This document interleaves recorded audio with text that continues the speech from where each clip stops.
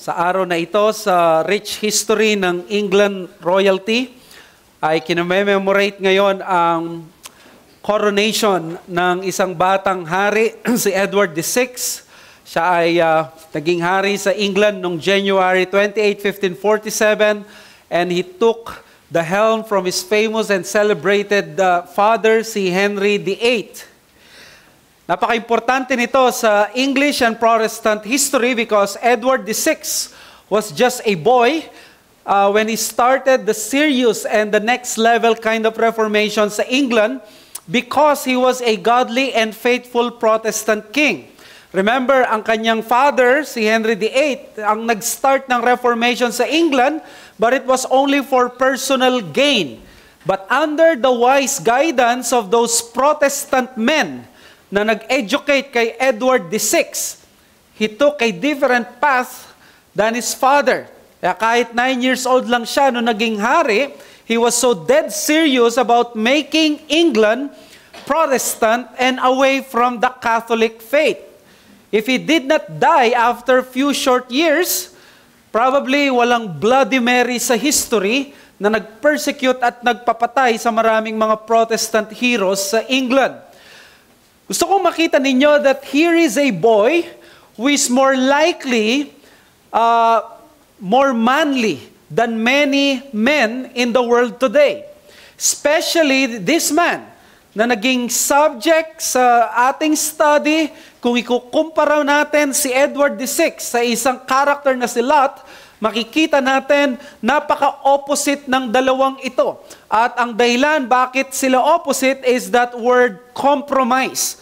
Itong si Edward VI, he was an uncompromising king when it comes to spiritual matters. Talagang nilaob niya na maging Protestant at maintindihan ng Ebanghelyo ng bawat Englishman doon sa kanyang generation. On the other hand, there is this man who is known in the scriptures lagi on a negative sense. Ang pangalan niya ay si Lot at dito sa ating pagpapatuloy, makikita natin ang marami pang mga sakit na dinulot ng kanyang compromising life. Let us read Genesis 19 verses 1 to 29. Let me read to you the word of God. The two angels came to Sodom in the evening, and Lot was sitting in the gate of Sodom. When Lot saw them, he rose to meet them and bowed himself with his face to the earth and said, "My lords, please turn aside to your servant's house and spend the night and wash your feet. Then you may rise up early and go on your way." They said, "No, we will spend the night in the town square." But he pressed them strongly. So they turned aside to him and entered his house. And he made them a feast and baked unleavened bread, and they ate. But before they lay down, the men of the city, the men of Sodom, both young and old, all the people to the last man, surrounded the house. And they called to Lot, "Where are the men who came to you tonight? Bring them out to us, that we may know them." Lot went out to the men at the entrance, shut the door after him, and said, "I beg you, my brothers, do not act so wickedly. Behold, I have 2 daughters who have not known any man. Let me bring them out to you, and do to them as you please. Only do nothing to these men, for they have come under the shelter of my roof." But they said, "Stand back." And they said, "This fellow came to sojourn, and he has become the judge. Now we will deal worse with you than with them." Then they pressed hard against the man Lot, and drew near to break the door down. But the men reached out their hands and brought Lot into the house with them and shut the door. And they struck with blindness the men who were at the entrance of the house, both small and great, so that they wore themselves out groping for the door. Then the men said to Lot, "Have you anyone else here? Sons-in-law, sons, daughters, or anyone you have in the city? Bring them out of the place. For we are about to destroy this place because the outcry against its people has become great before the Lord. And the Lord has sent us to destroy it." So Lot went out and said to his sons-in-law, who were to marry his daughters, Up, get out of this place, for the Lord is about to destroy the city." But he seemed to his sons-in-law to be jesting. As morning dawned, the angels urged Lot, saying, "Up, take your wife and your 2 daughters who are here, lest you be swept away in the punishment of the city." But he lingered. So the men seized him and his wife and his 2 daughters by the hand, the Lord being merciful to him. And they brought him out and set him outside the city. And as they brought them out, and one said, "Escape for your life. Do not look back or stop anywhere in the valley. Escape to the hills, lest you be swept away." And Lot said to them, "Oh no, my lords. Behold, your servant has found favor in your sight, and you have shown me great kindness in saving my life. But I cannot escape to the hills, lest the disaster overtake me and I die. Behold, this city is near enough to flee to, and it is a little one. Let me escape there. Is it not a little one? And my life will be saved." He said to him, "Behold, I grant you this favor also, that I will not overthrow the city of which you have spoken. Escape there quickly. I can do nothing till you arrive there." Therefore, the name of the city was called Zoar. The sun had risen on the earth when Lot came to Zoar. Then the Lord rained on Sodom and Gomorrah sulfur and fire from the Lord out of heaven. And he overthrew those cities and all the valley and all the inhabitants of the cities and what grew on the ground. But Lot's wife behind him looked back, and she became a pillar of salt. And Abram went early in the morning to the place where he had stood before the Lord, and he looked down toward Sodom and Gomorrah and toward all the land of the valley, and he looked, and behold, the smoke of the land went up like the smoke of a furnace. So it was that when God destroyed the cities of the valley, God remembered Abram and sent Lot out of the midst of the overthrow, when he overthrew the cities in which Lot had lived. Ito po ang dakilang salita ng Diyos. Pakinggan natin. Well, you all know that this is the infamous biblical story of Sodom and Gomorrah na binisita ng paghuhukom ng Diyos, and we have studied this already last week. So, bigyan natin ng mabilis na review yung mga napag-aralan natin last week. Ang sabi natin last week, this chapter may need parental guidance, but that is because ang Diyos ay hindi nag-sugarcoat ng sin. Marami tayong makikita na pagkukwento patungkol sa sexual immorality and even homosexuality, but God tells us kung ano yung kasalanan, hindi para ititilate tayo, kundi ipakita yung kasamaan ng kasalanan. And then, sinabi rin natin last week that Genesis 18 to 19 is a digression from the Abrahamic narrative. Kumbaga, tumigil muna sa narrative kay Abraham, pinakita itong divine commentary on the increasing wickedness of man. Kailangan ipakita ito dahil kung hinahayaan ng Diyos na ang tao mag-perpetuate siya sa kanyang kasalanan, what will happen is that walang mundo na matitira. Kaya nga sa Genesis 6 may great flood. To 8, Genesis 11, may Tower of Babel. Genesis 18 to 19, nandito ang judgment sa isang wicked city. And then, Genesis 19 is like Genesis 6 to 8. Ito ay interlude sa mga narratives about Abraham.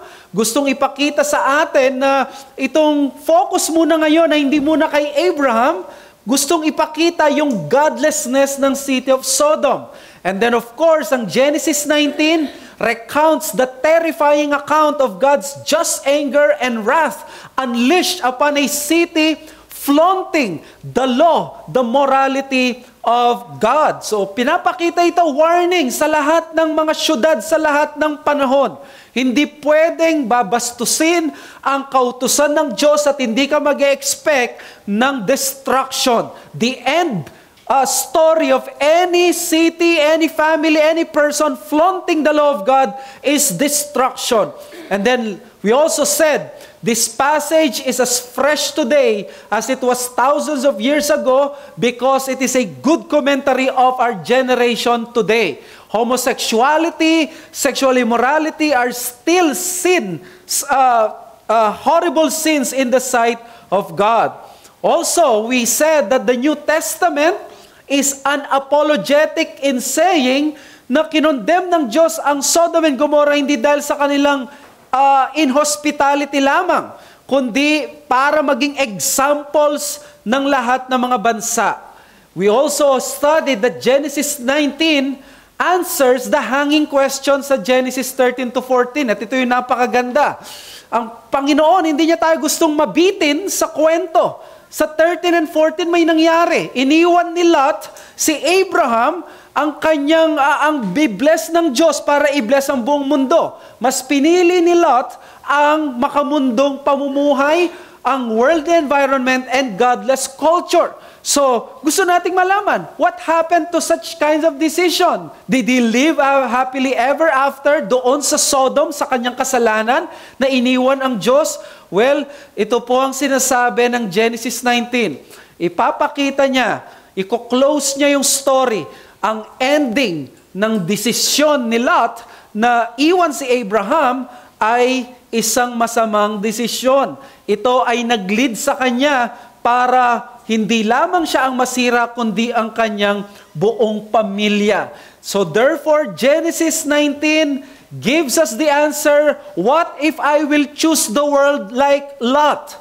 It reveals that this worldly decision has only one ending, spiritual ruin. And there we said the message, instead of success, failure and spiritual ruin is what a believer will only gain in compromising with the world. At spanning sa 29 verses, makikita natin dito ang tatlong ways paano makikita yung spiritual ruin pag pinili ng believer na mag-compromise.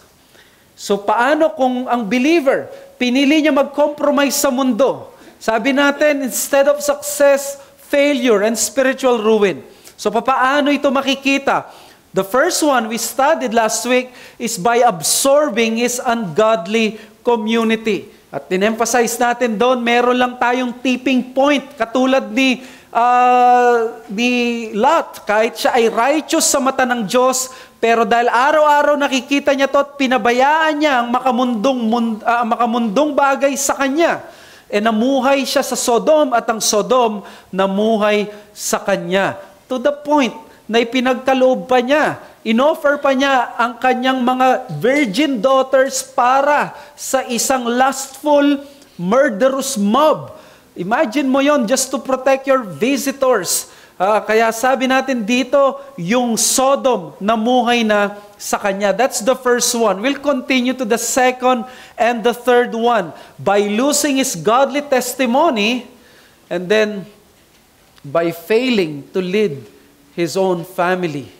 Ito yung masaklap na resulta ng pagko-compromise sa pananampalataya ni Lot. Ang nangyari sa kanya bilang lalaki o ama ng tahanan, na wala ang kanyang magandang pangalan. Ikatlo, nasira ang kanyang buong pamilya. At ito yung kabayaran sa mga desisyon natin pagdating sa buhay na ito. Sa verse 14, makikita natin dito yung pagkawala ng godly testimony ni Lot. Well, while Lot defended his visitors, he was obviously not respected by the people in the narrative. Kung mapapansin natin,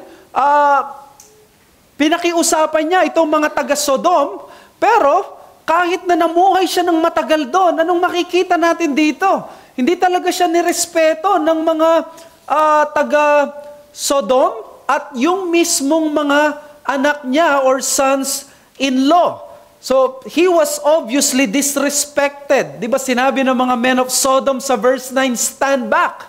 And they said, this fellow came to sojourn and he become judge. Now we will deal worse with you than with them. Lumitaw dito na kahit prominente na siya, na nandun na siya sa gates, the men of Sodom never really embrace him as one of their own. Sinabi niya, itong foreigner na ito, itong tao na ito na di naman taga rito, siya ang magja-judge, magsasabi kung anong tama. Hindi siya talaga nirespeto. Ang tingin sa kanya, know-it-alls. Alam nyo, sabi ng mga scholars, ang tingin sa kanya, isang hipokrito. Isang hipokrito na nagsabi ng wickedness ngayong araw na ito, ngayong oras na ito, pero nakikita naman niya ito dati sa kanila, pero wala siyang reklamo. Kaya nagalit itong mga taga-Sodom. Aba, kasama ka namin, nakikita mo kami, ginagawa namin ito dati, tahimik ka lang. Bakit ngayon bigla kang nagagalit? Kaya mas nagalit sila at tinreten niya, we will deal worse with you. How dare you? Sabi niya siguro sa kanila, sabi sa kanila sa kanya kay Lot, how dare you na bigla ka magiging judge ngayon at sasabihin mo sa amin kung ano ang tama at mali? Buti na lang, niligtas siya ng 2 anghel na bisita. Sabi sa verse 11, they struck with blindness the men. Thankfully, sumaklolo, binulag itong mga Sodomites. At sabi ng Bible, they wore themselves out groping for the door. Hinahanap nila ngayon yung door kasi hindi nila ito makita dahil bigla nagkaroon ng temporary na pagkabulag. At alam nyo, itong pagkabulag na to, this prepared Lot for the angelic message. Dito na sinabi ng mga angels na, up, magmadali na kayo, gugunawin na ng Diyos itong syudad ninyo. And in the mercy of God, the angels ask Lot kung meron pa siyang kasama sa bahay. Sinabi nila, do you have sons-in-laws? Do you have sons? Do you have daughters? Or anyone? In other words, tingnan mo, biyaya ng Diyos kay Lot. Kahit sino, pwede niyang iligtas. But here's the problem sa verse 13. For we are about to destroy this place because the outcry against His people has become great. So kanina, the men in Sodom, di siya nirespeto. Wala siyang good testimony. Dito sa pangalawa, sa verse 13 and 14, the men in his house, wala ring respeto sa kanya. Lumabas sila at sinabihan ng mga future Sodomite sons-in-law niya na sabi niya, let's go away dito sa Sodom. Gugunawin ito ng Diyos. The Lord is about to destroy the city, sabi ng verse 14. Yun yung exact words ng mga angels na binigay niya. The Lord is about to destroy the city. Alam niyo, yung word destroy dito is the same word used in the flood sa Genesis 6. In other words, this is God's judgment upon a city na rampant sa wickedness. Kung ano yung judgment word sa flood ni Noah, it's the same here na ginamit. Therefore, Lot was basically using, tingnan nyo, ginagamit niya theological religious language. Sinabi niya, i-judge ng Diyos ang Sodom. I-judge niya kung paano ginudge yung mundo sa flood. Ano ang makikita nyo dito? Hindi nyo ba makikita yung inconsistency dito? Nakikita ninyo bakit tinawanan siya ng mga sons-in-law niya? Lot became so unintelligible and irrelevant sa kanila. Why? Bakit? Because kung ikaw ang sons-in-law, what are you talking about? Anong judgment ang sinasabi mo? Anong wickedness ang sinasabi mo? Anong holiness? Anong judgment ngayon ang pinagsasasabi mo na ang Diyos? Papatayin niya tayo? Hey, you never talk about that sa amin. Bakit bigla may ganito kang words ngayon? What do you expect sa mga sons-in-law niya mula dito? Do you think bigla na lang silang magugulat, matataranta, manginginig, madadapa? That's why the sad commentary here is that he seemed to his sons-in-law to be, verse 14, jesting. Hindi siya tinake seriously ng kanyang sons-in-law. Now, this is so unnatural, di ba? Ang mga sons-in-law, usually, respectful yan at mabilis makinig sa mga biyanan nila. Whether kahit nasabi mong hindi sila sold out, at least ipapakita nila, hindi sila magiging disrespectful, lalo na Eastern ito. Sabi ni Robert Alter, the verb, though in a different conjugation, is the same as one used for Sarah's and Abraham's laughter. In other words, talagang pinagtawanan itong si Lot. Alam niyo, pagpapakita ito ng biyaya ng Diyos na umaapaw at natitikman pa rin ng pamilya niya, ngunit sa halip na maniwala, inakalang nagbibiro lang itong si Lot. sa gitna ng supernatural blindness. Could you imagine? Bulag na yung lahat ng mob sa labas ng tahanan mo, tapos hindi ka pa maniniwala pag tatawanan mo pa ito. Obviously, itong si Lot, hindi siya naging godly na father-in-law sa kanila to the point na parang nagbibiro lang siya. Ano yung pinagsasabi mo na yan? This is to show. Sabi ng isang scholar, ang galing, sinabi daw yung blindness, pero ang gustong ipakita daw ng author, mas blind yung mga sons-in-law ni Lot. Na hindi nila ito nakita. At alam nyo kung sino may kasalanan? Hindi pwedeng walang kasalanan dito, si Lot. Sabi ni Kenneth Matthews, true to the depiction of the Sodomites, the sons-in-law scorn Lot and appear as blind to the inevitable as their fellow citizens are actually blind. Perhaps their disregard for Lot's warning as a joke speaks also to the narrative's general picture of Lot as a confused, inept person who falls to his own short-sighted ambition.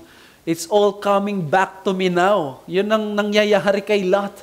Binabalikan na siya ng pagpapabaya niya. Lot's sons-in-law are part of Sodom. Ngunit ang diin dito, hindi yung sons-in-law niya. Ang diin dito ay ang si Lot sa kanyang paniniwala na sabi ng 2 Peter 2:8, araw-araw siyang naging saksi sa kasamaan nila, ngunit wala siyang ginawa. At narito ngayon, oras ng pangangailangan, ay biglang hindi siya pakikinggan. It is because in the very first place, he was never portrayed as a person who is so serious and sober on spiritual matters. And I think that is the good point that we can learn. The price of a hypocritical life in front of the ungodly is the loss of moral authority before them. Ito yung kabayaran ng pamumuhay ng isang hipokrito. Kahit sa harapan ng mga unbelievers, mawawalan ka ng moral authority sa harapan nila. Ito yung nangyari sa mga Sodom, sa mob. Sabi niya, look who's talking. Ito yung maral na sa loobin ng mga taga-Sodom at ng mga manugang ni Lot. Anong judgment ang sinasabi mo? Pwede nga nila siyang sabihan, joke yarn? Nakikisama siya sa pamumuhay na parang walang coming judgment. Ngayon sasabihin mo na meron? You've been living with us as if okay naman tayo. Bakit ngayon biglang hindi na okay? Napaka-hipokrito mong tao. This kind of words sting. You know why they sting? Because somehow or somewhere, we have heard it already from unbelievers who are very close to us. Sino sa inyong hindi pa nasabihan na napaka-hipokrito mo? Sino pa sa inyo ang hindi nasabihan na bakit ngayon malaking problema sa iyo? Dati kasama naman kita sa ganitong bagay. You suddenly preach righteousness and holy direction, then dati wala naman sa iyo. You see, this is what we call the hypocrite's moments. We all have our worst moments or probably hypocritical moments. Ito ba ay isang fellow work colleague na hinayaan mo, dinamayan mo sa kanyang maling gawi? Pero nung natauhan ka, bigla mo siyang binawal at ito yung narinig niya sa iyo. Or is this someone you love na sinamahan mo sa kasalanan, enjoying the lusts of your flesh? And then suddenly, bigla mong sasabihin, mukhang hindi ito magandang direksyon sa relationship natin. Ang isang tao, pwede niyang sabihin, why now? You demand something that is right when what you have done was always wrong before. This is the embarrassing price of hypocrisy. This is our failure to show to the world, especially those around us, that what they see in our actions is what they get from the very private recesses of our own hearts. Now, ang hypocrisy is that we are being just merely actors sa harapan nila. At ang dapat na makita nila ay kung sino tayong pinapakita sa labas, ay yun ang makukuha nila. You see, hypocrisy, di ba? Ang Greek word nito is hypokritos. Ang hypokritos, ito yung theater actor na may mask. So, ang nangyayari is kung ano yung mask na yun, di ba? Means, dalawa lang yan eh. Yung mga unang emoji na ginamit nila, dalawa lang nakasmile at nakasimangot. So whatever, kung ano man na nasa loob ng mask na yun, nasa likod ng mask, whether malungkot ka at let's say may dinaramdam ka sakit, pero yung mask mo, nakasmile, yun ang nakikita ng tao. At ito yung pinanggalingan ng word na hypocritos or ng hypocrite. The external facade is different from the one na nasa likod. At di ba si John Bunyan, in-insert niya yung character na hypocrisy in his Pilgrim's Progress. Siya yung tao na tinry niyang akyatin yung wall of salvation to access the narrow way, but instead of going dun sa prescribed way, narrow way, ang ginawa niya, he cheated the code. Umakyat siya sa kabila. Umakyat siya sa bintana. At ito ang ginagawa ng isang hypocrite man or person. A hypocritical person is a one who tries to cheat the code. He is a person who tries to do a shortcut. He's trying to enjoy the best of both worlds. He wants the eternal benefits of Christianity. But he also wants the cake of the world. At ito yung nangyari kay Lot. Si Lot, sa kanyang case, wala nang bigat ang kanyang salita pagdating sa bagay na espiritual. Di ba dito sinabi niya, binibigay ko sa inyo ang mga anak ko. What a hypocritical person. Alam niyo bang ginawa ni Lot, pinrostitute niya ang sarili niyang anak, 2 virgin daughters, at sinabi niya, okay lang yan. And you think Lot will be able to escape the punishment and consequence of that? No. Babalikan siya ng 2 niyang anak. Alam niyo, mangyayari at the end of chapter 9? Pinrostitute niya ang mga anak niya. The ending is pinrostitute siya ng mga anak niya. Sinabi niya, tingnan mo, wala nang magigilahi ang tatay natin. Ganito, lasingin mo siya ngayon. Ako ang sisiping sa kanya, bukas ganito. And what will happen ng mga anak ni Lot will be named as Moab and Ammon. The scourge of Israel, Moabites, and the Ammonites. Ganito ang result ng hypocrisy. In Lot's case, wala nang bigat yung salita niya. At ito pa nakapangihinayang. Maliligtas sana ang iba. Maliligtas sana itong mga sons-in-laws niya mula sa Sodom at Gomorrah kung may moral authority lang si Lot. Di na balik kung hindi sila tunay na ligtas. Pero kung may moral authority lang, I do not believe in your God, but because you are a person of integrity, I can believe your word. Na kung sana yung kanyang buhay noon sa harap nila ay nagtugma sa tono ng kanyang babala, what difference would it make? Alam niyo mga kapatid, dito ako namamangha talaga sa buhay ng Panginoong Yesus. He was so compellingly different nung nabuhay siya dito sa lupa because He lived a righteous life. Yung heart and mind ni Kristo, yung actions niya, abay, layo kay Lot. They were always in harmonious disposition, always in holiness. Never siyang nakitang bumigay sa kasalanan. Never siyang namuhay inconsistently. What you heard from Him is what you will see in His life publicly. Such a consistent life, silence all the accusations sa ating Savior. Many accusations were hurled against Him and condemned every sin. And every sinner, just merely looking at his life. Tumingin ka lang sa buhay ni Kristo, mako-condemn ka na because you know, you are not like Him. Hindi isang Lot na magsasabi with pride na, oh, well, nobody's perfect.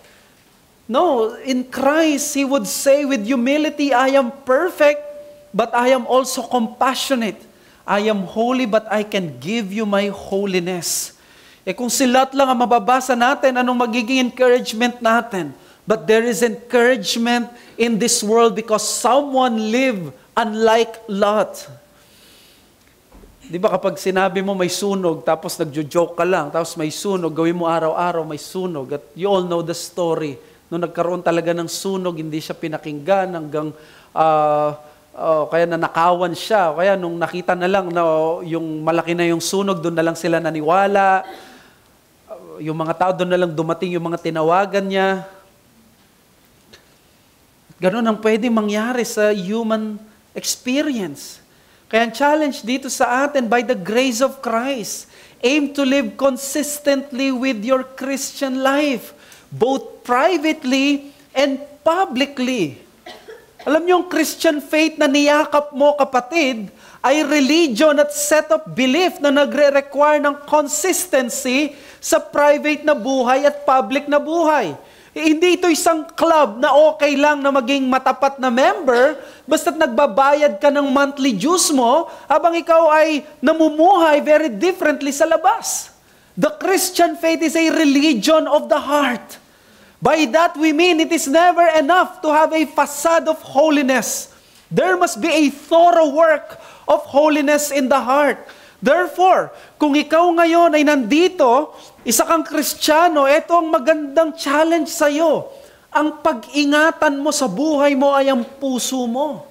Ito ang pinakababantayan mo. Ang motibo mo, ang isip mo, di mo pwedeng pabayaan or else you will devolve into a life of inconsistent faith. Sabi ng Proverbs 4:23, keep your heart with all vigilance, for from it flow the springs of life. Ingatan mo daw yung puso mo dahil nandun nanggagaling ang lahat sa iyong buhay. You pollute that fountain or that spring of life sa puso mo, you will pollute everything about you. Kaya ganito ang Christian life. Maintindihan natin ngayon ang sabi ni Christ sa Matthew 5:27-28. You have heard that it was said, you shall not commit adultery. But I say to you that everyone who looks at a woman with lustful intent has already committed adultery with her in his heart.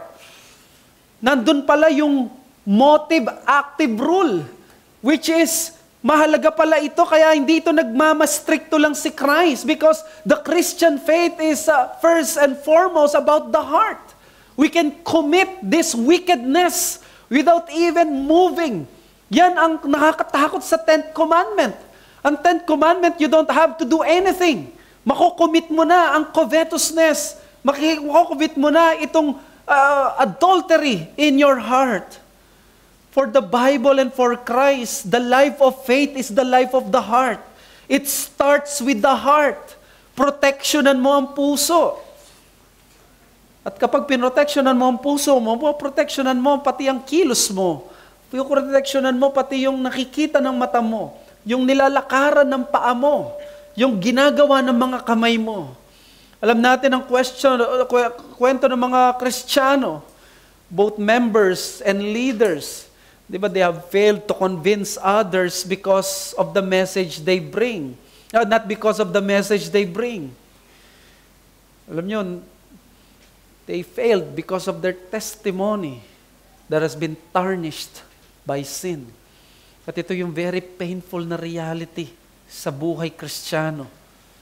We cannot just continue in teaching, preaching. We cannot just continue in worshiping na hindi nagkakaroon ng effect ang ating mga spiritual na buhay. Another challenge dito, gusto mo ba magkaroon ng moral authority sa mga unbelievers at sa ibang tao sa paligid mo? Well, Peter gave us a good example. 2 examples sa 1 Peter 2:5. Sabi niya, for this is the will of God, that by doing good, you put to silence the ignorance of foolish people. Nakita ninyo paano magkaroon ng magandang testimony at moral authority sa mga tao sa labas? Do good consistently. This is how you put to silence yung accusation at mockery ng malicious mob. Lagi mong gawin ang mabuti at huwag mong pipiliin ang masama.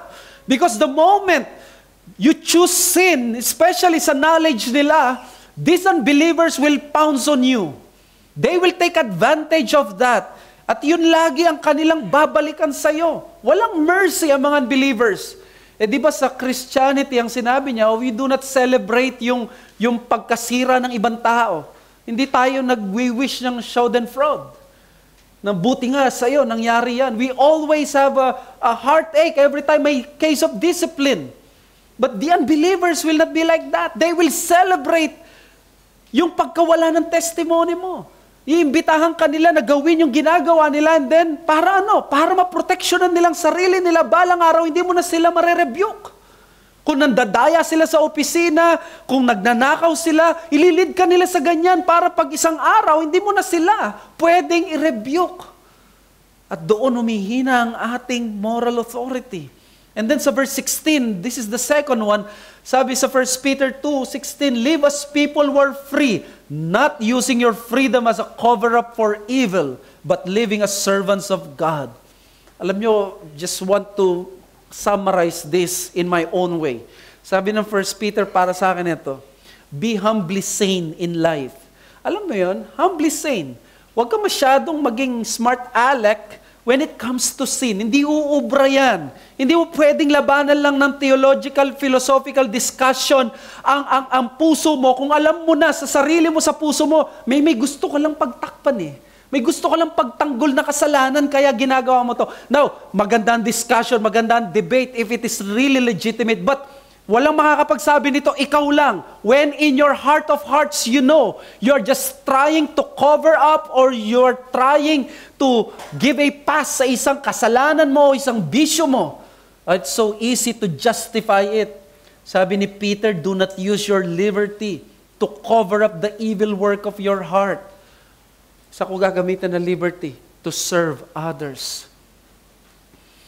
Another challenge, ang pagiging asin at liwanag sa iyong paligid ay isang tungkulin na dapat akuin mo at hindi dapat yan option sa isang alagad. Marami sa atin, pinipili nating itikom ang bibig natin. Marami sa atin, sinasara natin yung mata sa gitna ng kasalanan ng iba. Ano ba yung uri na patotoo na makikita sa iyong buhay? Sa opisina, sa pamilya? Isa ba itong pakikinggan sa oras ng babala? I-invest mo yung buhay mo sa pagkakaroon ng moral authority. Alam nyo, hindi ito nakikukuha ng isang araw lang, 24/7 mo kukunin ito. Kaya kung ikaw ay bisita namin dito, baka may warning ka na naririnig dito sa preaching na ito at nangungusap sa iyo ang salita ng Diyos. Ayaw mong tumalima dahil meron kang dinadahilan na ganito o ganyan. But this is Christ, this is the Bible. Lumapit ka sa Kanya. And finally, I want to give a challenge as a good news. Naranasan mo na ba at maramdaman mo na maging hipokrito? Here's the good news. All is not lost for the hypocrite, simply because there is a Savior for all kinds of sinners, no matter how disgusting their sins are. May hope para sa hipokrito because hypocrisy is a sin that can be washed away by the blood. Pwedeng maibalik ang moral authority mo at some point in time. Mahirap sa ibang pagkakataon, baka hindi na, but simply because the grace of God is so much greater than sin. Your sin may be many, but His mercy is more. So how do you do that? Magsisi ka sa kasalanan mo at i-embrace mo ang forgiveness ni Christ, and listen to this, you have to live consistently doon sa forgiveness na binigay ni Kristo sa iyo. Isang life na lumalago sa kabanalan.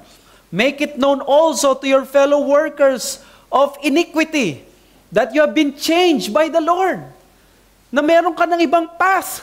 Kung paano ginawa ni Augustine nung hinahabol siya yung dati niyang karelasyon at sabi niya, it is you, Augustine, it is not I. Patay na yung dating Augustine.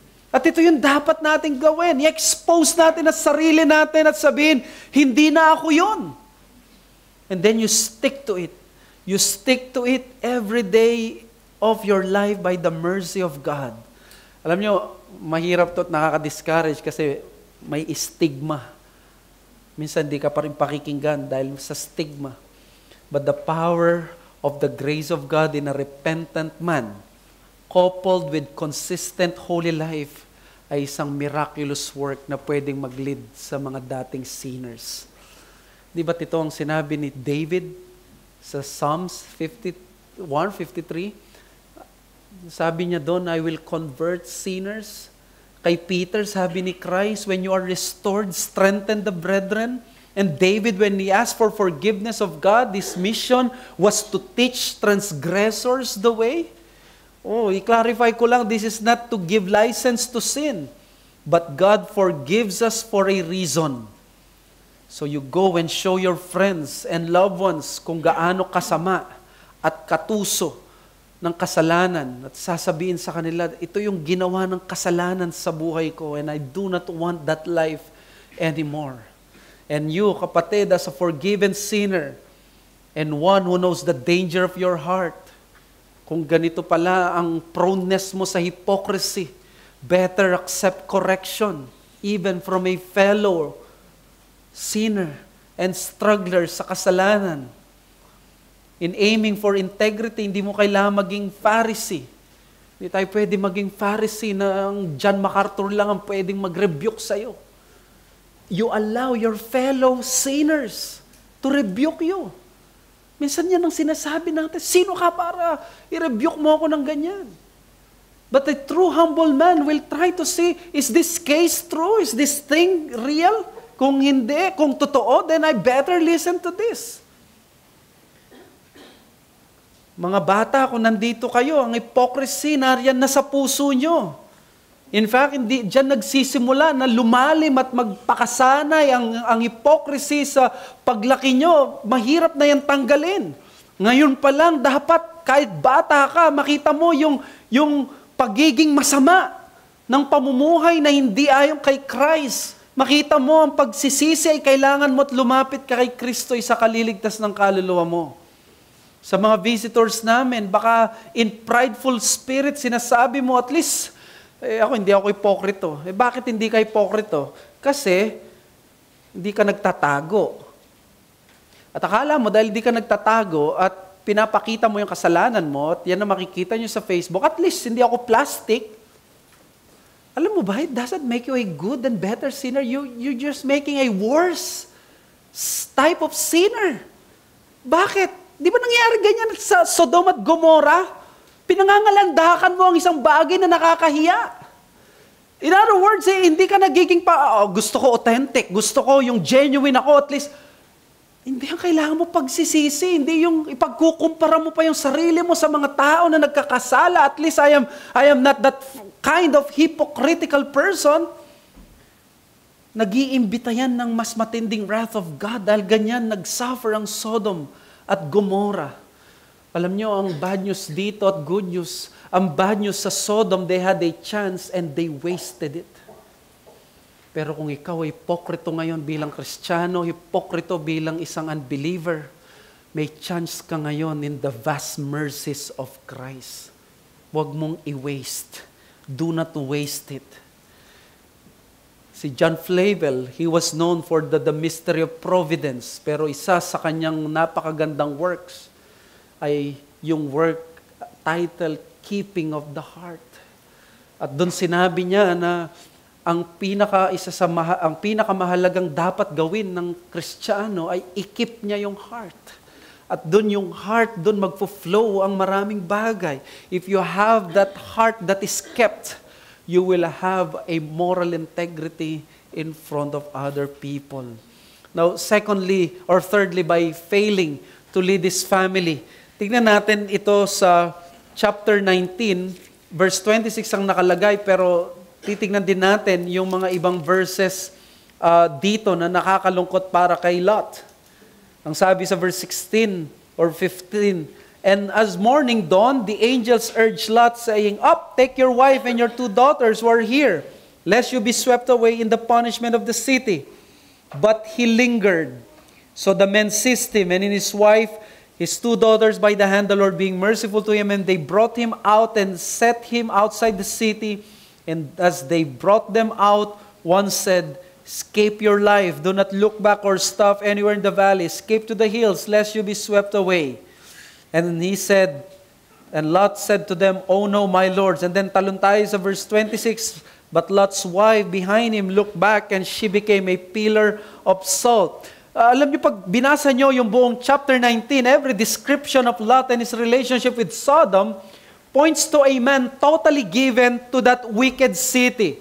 Inabsorb niya yung ways and values ng Sodom. Later, found it extremely difficult na iwan ng Sodom.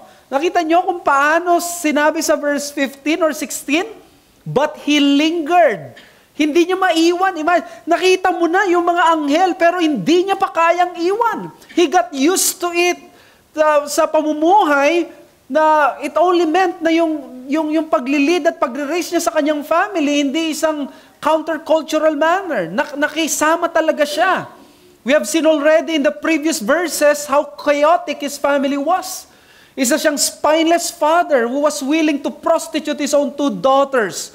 There was no respect from his 2 Sodomite sons-in-law. Therefore, Lot was a failure as a father to his daughters. He was a failure as a father-in-law to his sons-in-law.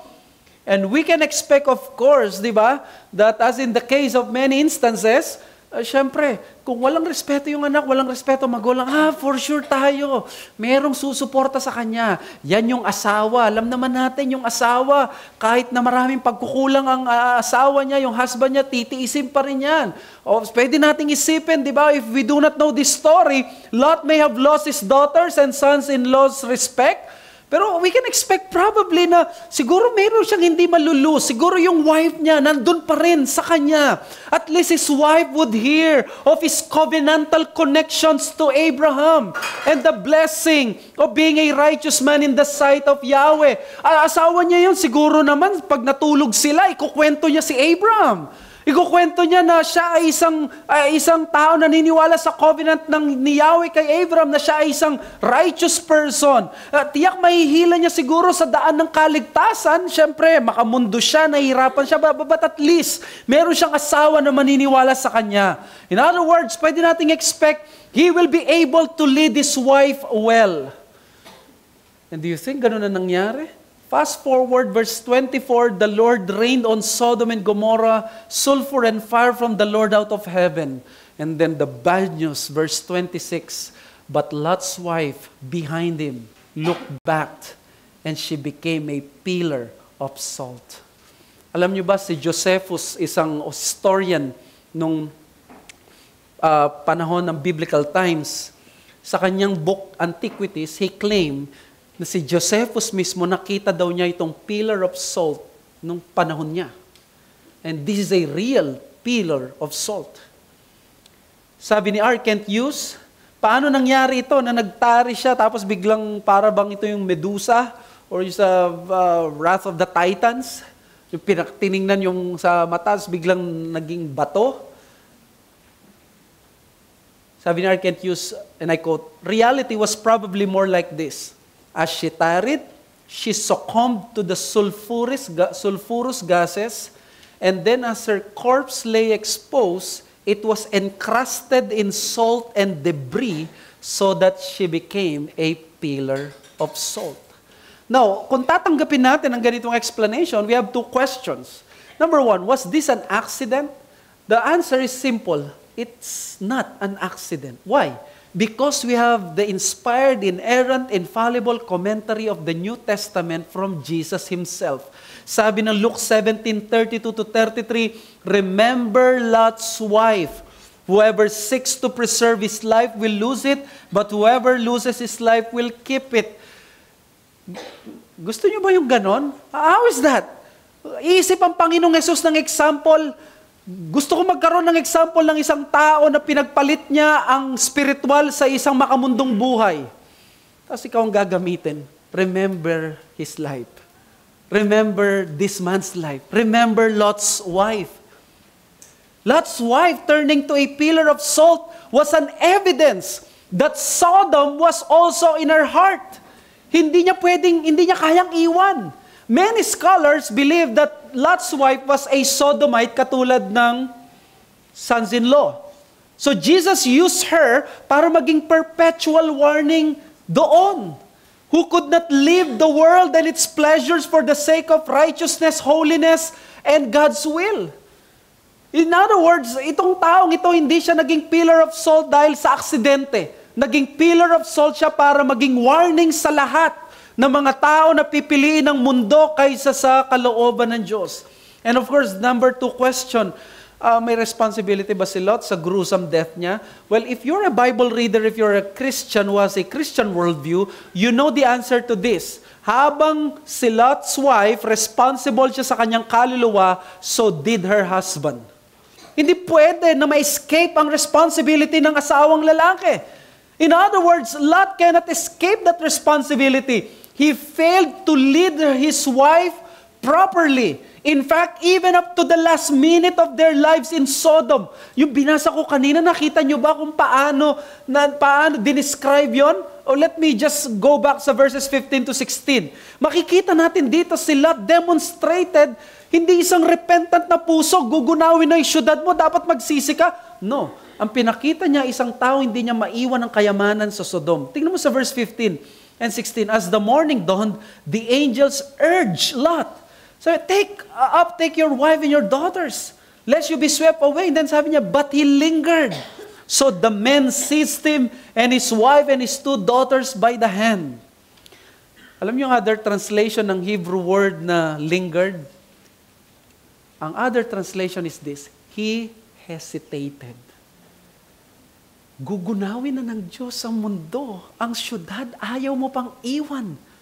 Ang picture ko dati dito, si mga angels, so sinabi kay Lot, ay tara, let's go. Nagmamadali. No. Hindi, mga kapatid. Nakita niyo na ba kung paano yung isang kambing hinihila? Hindi niya maiwan ang mundo. Sa verse 17 to 18, and they brought them out, one said, escape for your life, do not look back. Ano sagot niya? Oh no, my lords. Ayoko dun sa bundok na tinuturo mo. Pwedeng ito na lang, little one, Sodom, Zoar. Sabi ni Kenneth Matthews, it will take all the morning to get Lot out of the nearby Zoar. Twice the angels strongly exhort Lot to flee, but he is uncooperative. Again, like Lot's sons-in-law, yung wife niya probably masamang wicked na sodomite, but Lot failed in leading his family into a life of faith and contentment in the Lord. No, ang buhay nila ay ang Sodom. Doon imikot ang buhay nila. Lot was able to lead her in a life where he was good at. And that was materialism and worldliness. Pero pagdating sa holiness, failure. Nawalay kay Lot itong asawa niya, hindi lang sa mundong ito, but also for all eternity. At kung meron pa na kalamansi sa sugat, gagamitin pa siya ng New Testament para maging negative example ng lahat ng magmamahal sa mundo. Not even Demas had that kind of infamy. What is the point here? Listen, especially fathers like me. Spiritual ruin of the family is one of the very first collateral damages of personal compromise and hypocrisy. This is something we cannot escape. This is something that we cannot choose.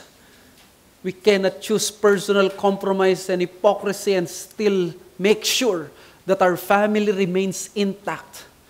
No, spiritual ruin of the family is one of those first collateral damages. Like Lot, we can at least preserve our external or outward testimony sa community natin.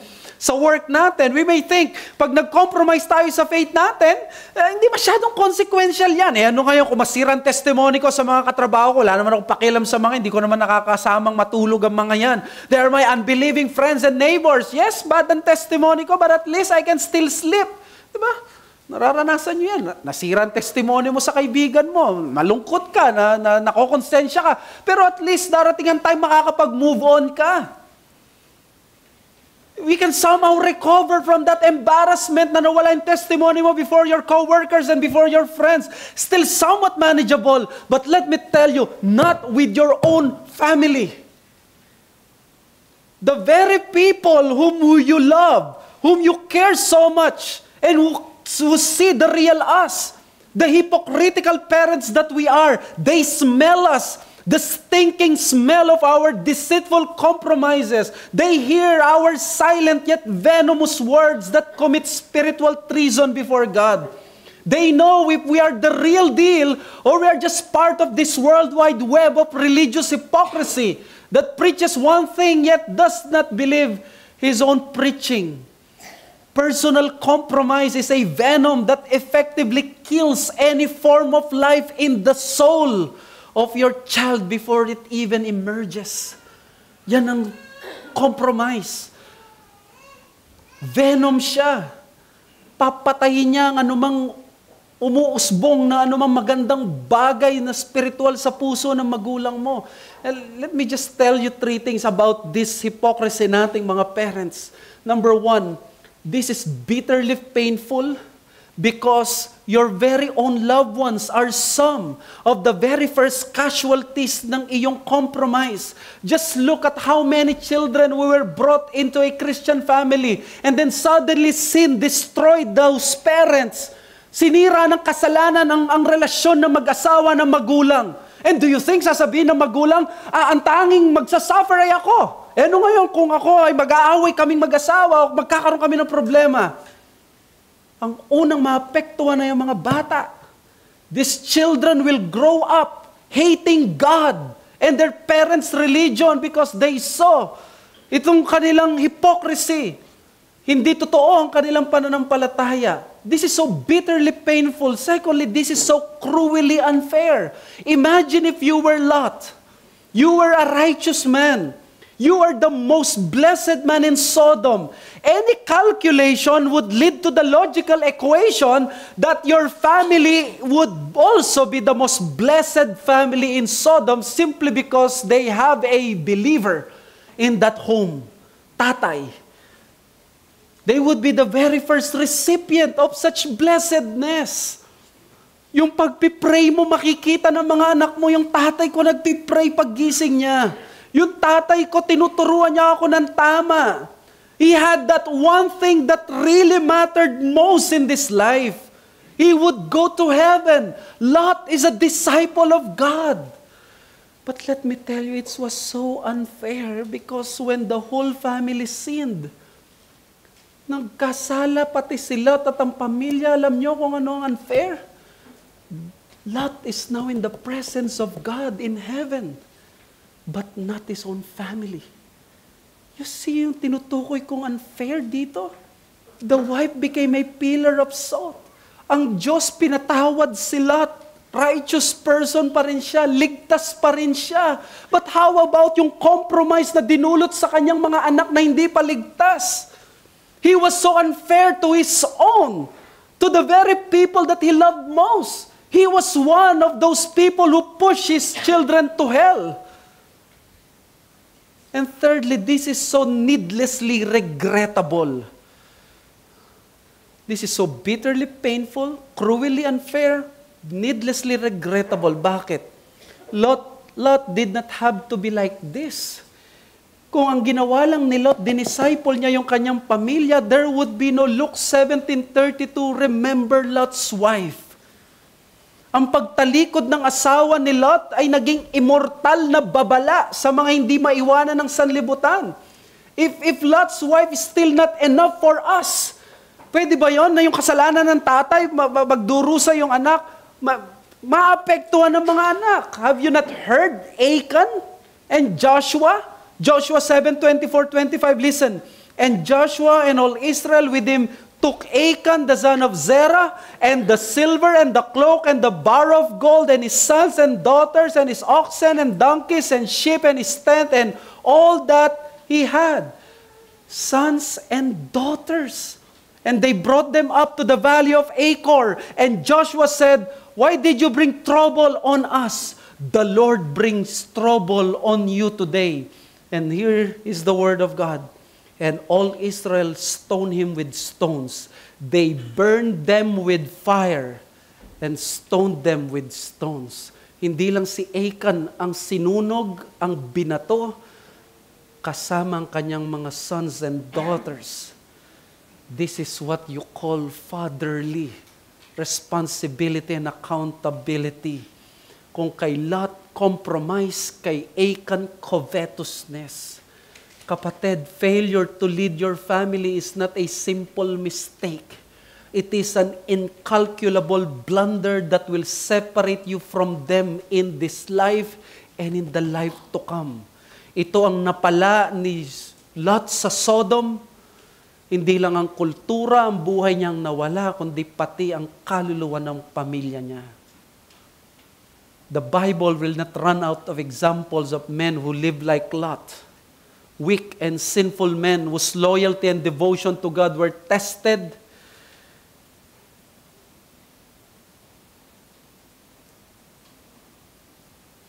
But they have been found wanting. Many of them gave in. But let me tell you, there is one hope that we have. And that one is already enough para maging champion at savior natin of all the lots in this world. Unfaithful fathers, unfaithful mothers, men who are caught up in sin and have squandered a lot of good opportunities sa buhay nila, meron kayong pag-asa. Meron tayong pag-asa. This man was Jesus Christ. Ganito ba ang ginawa mo sa pamilya mo? You are living in a way na hindi mo nire-raise ang pamilya mo. Ito ang good news. Hindi ipinahamak ni Kristo ang sino man. Walang napahamak sa kanyang buhay. Ginawa niyang kabaligtaran kay Lot. Lahat lumalapit sa kanya at naliligtas at nababago ang buhay. Kung kay Lot, collateral damage ka, kay Kristo may profit, gain, and benefit. Ang spiritual benefit is salvation of your soul and from sin. Bakit? Dahil ang ginawa ni Kristo ay hindi lamang iligtas ka sa kasalanan mo, pati yung record niya ng kabutihan, ididikit niya sa iyo. In other words, vicarious ang kanyang obedience at suffering. Creditable sa kanyang alagad ang ginawa niya. Try to savor that. Ikaw na walang pagkakaiba kay Lot, pag lumapit ka pala kay Christ, mas masahol ka pa kay Lot, pero ang iniisip na ng Diyos, ikaw ay katulad ni Kristo. Iniisip mo ngayon, you are taking time bomb katulad ni Lot. You are walking danger on earth because as long as you have sin, you will only hurt your family, yourself, and others. Ano yung hope mo? Ang hope mo ay kung titignan ako ng Diyos na hindi katulad ni Lot, kundi si Kristo that I have done only the good things and righteousness. Oh, you don't have to rely upon yourself to be, not to be like Lot. Bakit? Dahil magiging Lot ka lagi. Mag-rely ka kay Christ because the moment you come to Christ by faith, alam mo ba kung anong gagawin ng Diyos? Yung obedience ni Christ ibibigay sa iyo. Yung faithfulness ni Christ automatically credited sa account mo. Immediately you are no longer treated like Lot, but Christ. A man who pleased his heavenly Father, a man of righteousness and holiness. Kaya ang challenge dito, make your family your true test of success and godliness. Failure in your family is failure in all things. Huwag gawing mong sukatan ng tunay mong tagumpay ang pamilya mo. Dito lilitaw ang lalaking hangin o nagmamagaling lang. Kung mismong asawa mo hindi kumbinsido sa iyo, how much more ang iba? Bigo o inutil ang isang lalaki kung siya'y bigo pagdating sa pamilya. Yan ang sabi sa 1 Timothy 3:4. How can he rule yung church kung yung sariling pamilya hindi niya ma-rule? In other words, may ganung equation na scripture sa spiritual level. Anong uri ng patotoo nakikita ng pamilya natin o ng pamilya mo? Lot's daughter had their own day of reckoning. Pinrostitute sila. Isang araw, pinrostitute nila yung father nila. Another challenge, Lot's wife and Lot's family is a stinging rebuke of serious warning sa materialism. Kailangan mong mamuhay na maging katulad ni Lot, beware. Ang mundong ito pwedeng pumasok sa puso mo. Papatayin nito ang desire mo sa mga heavenly things. Aalisin nito yung panlasa mo sa spiritual na buhay at mga bagay. Ang ganda nung sabi nung isang commentator, si Marcus Dodds. Sabi niya, yung wife daw ni Lot, she was a wife after Lot's own heart. In other words, ang mga asawa pala, pwede maging bunga ng sarili nating puso at ng leadership. Another challenge, and listen to this, parents, Christian parents, Lot failed to give his family what they needed most. Alam nyo ba, listen to this. Kahit unbelieving father, kung malalaman niya ito yung pinakapangangailangan ng aking pamilya, ng aking anak. For example, may cancer ang aking anak. Para maisalba ko ang buhay ko, anong gagawin ng isang unbelieving father para mailigtas sa kapahamakan ng kanyang anak? I know what he is going to do. He would move mountains. He would swim all the oceans in the world just to give the solution or cure or let's say pera na malaking halaga na wala siya ngayon. He doesn't have it but he is willing to find it, find ways to obtain it. That's a father. But having said that, mas lalo nating hindi maunawaan ng isang ama na alam niya yung greatest needs ng kanyang ng pamilya niya, ng kanyang anak. And the only solution to his own children's problem ay hindi na kailangan pumunta pa sa mga bundok. At the same time, he possesses that greatest need na meron ng kanyang mga anak. And then he would not even be bothered by it na ibigay sa kanyang mga anak. Napaka-horrible, di ba? That's exactly Lot was. Isang righteous in the sight of God. Isang ama na may pananampalataya, sa tunay na Diyos na si Yahweh. Pero inayaan niya yung kanyang asawa at kanyang mga anak maging ignorant kay Yahweh. He failed to tell them of His attributes that are so majestic, beautiful, and at the same time terrifying. It was already in Him. The cure was already in Him. He does not need to move mountains. He does not need to swim the oceans. He just needs to speak from his heart the wonderful works of God that He did to him. Yet what did Lot do? He shut his mouth for some few pieces of silver.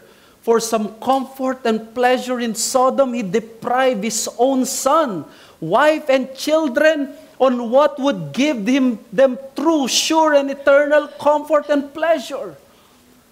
Mga kapatid, the greatest need of Lot's family, hindi komportableng buhay sa Sodom, but the saving grace of Christ. And like them, the greatest need of your children, kung ikaw ay tatay ngayon, is not yung diploma nila after their younger years o isang future sa isang Sodom-like generation, because at least ang Sodom na judge, pero there will come a judgment on the second coming of Christ that is greater than Sodom's judgment. The greatest need of our children, of our family is Christ. Christ lacks nothing and He satisfies everything. Di hinihingi sa'yo ang wala ka. Kundi hinihingi sa'yo kung ano yung meron ka. Hindi mo na kailangan pumunta pa sa malayo, buksan mo lang ang puso mo. Ibigay mo si Kristo sa kanila. Kung hindi mo to ginagawa, let me tell you this, anong klase kang magulang kung pupunta ka ng langit at masaya kang nakakapakinig ng salita ng Diyos. Habang ang sarili mong anak, pamilya, nawawalay sa'yo magpakailanman, na hindi mo nakikita na sila makakasama mo for all eternity? At tatanungin mo, bakit sila nasa impyerno? At bakit sila pupunta sa impyerno? Ayun, pagdudusahan ng mga kasalanan, iniquities, unrighteousness, ungodliness, sinfulness, nakasama mong ginawa at may impluensya ka. Yan ang tatamasahin na parusa ng mga anak nating wala kay Kristo. Malaking porsyento doon galing sa'yo. Marahil nakita nila ang masamang halimbawa mo. Nakita nila yung anumang masamang ginawa mo. Pero kung hinayaan mo lang, nakita ito yung ginawa ng iba, pero hinayaan mo lang. Dito ko hindi may tatapon ang pinanggalingan ko circle. Ang dati kong circle, minsan may camp sa speaker sa Baguio. He said something that is still etched on my mind. Sabi niya, I understand yung enjoyment sa heaven when I get there, but right now, hindi ko talaga ma-imagine yung saya ng pupunta ka ng langit, pero kung ang anak mo, alam mo pupunta ng impyerno, yung mahal mo sa buhay. Of course, we don't respond to this Christocentric explanation na si Christ, we're not dumb, you know. We get his point. He's a father. And one of my intellectual teachers, sabi niya sa akin, hindi ko siya kasama sa Rebap ngayon, pero he said to me, sa aming klase, at naintindihan ko siya ngayon, dati hindi ko siya naintindihan. Sabi niya, you know, when you get old, your decisions will always be for your family, especially for your children. And let me tell you, he's 101% perfect. Pag single ka, you decide based usually what what is best for you and your future. Now, when you're a parent, you always think of your wife, you always think of your children. Every decision you make is for them and with them, and in consideration to them. I mean, try mo, lumabas lang kayong mag-asawa, magulang, wala yung mga anak nyo, kakain kayo sa restaurant. Di ba, usually, hindi pwedeng hindi nyo mababanggit ang mga anak nyo, ay, paborito ito ni, ay, magugustuhan niya ito. They are always there every time you enjoy things. Lagi nyo iisipin kung ano yung makakabuti para sa kanila. And syempre, where am I getting at? Even in ordinary day-to-day life, you think, you act, you live for your family. Iniisip mo kung ano yung makakabuti sa kanila. Tapos nariyan ka. Isang Kristiyano, unbothered by the state of their souls. Okay lang ba talaga sa'yo na basta magandang grades nila, may trabaho sila, kahit hindi na sila naririnig si Kristo, okay lang ba talaga sa'yo? Kung okay lang sa'yo, wala kang pagkakaiba kay Lot. And with all my love for you as your pastor, let me tell you, you're a bad Christian parent. Bad Christian parent. In light of what happened to Lot in Sodom and in light of what Christ said in Luke 17, let us remember Lot's wife. Dahil may judgment na paparating sa pamilya natin, greater than the judgment in Sodom. So you see, if you are a child here, you will always see the sins of your parents, your fathers. Kaya ang Bible, sinasabi niya, lumapit ka kay Christ. Huwag kang magpatisod sa tao, lumapit ka kay Kristo. At sa mga bisita namin, huwag niyong hayaan. Si Lot naging pillar of salt, but there is that cross. Doon tayo titingin and there is salvation. Sabi ni Tom Ascol, ang sabi niya, I would summarize the preeminent parental duty this way, and I quote, be a real Christian and act like it. Alam niyo ba ngayon ay death anniversary ni John Patton?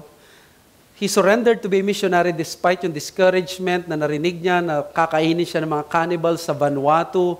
He was there nung namatay ang kanyang wife at yung first child niya, binantayan niya yung grave para hindi pa kainin ng mga cannibals yung mainit na katawan nila, yung corpse. He experienced a lot of affliction until hindi siya sumuko. After 15 years, he saw yung conversion ng Hulaylan ng Aniwa to Christ.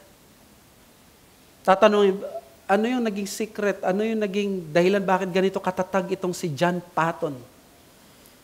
Sa autobiography niya, pakinggan niyo to. Sabi niya, Patton himself reveals the roots of his useful life. Sabi ni John Patton, sabi ni Tom Ascol, ang ascription daw niya ng bakit ganito siya ka-spiritual, binibigay niya sa tatay niya.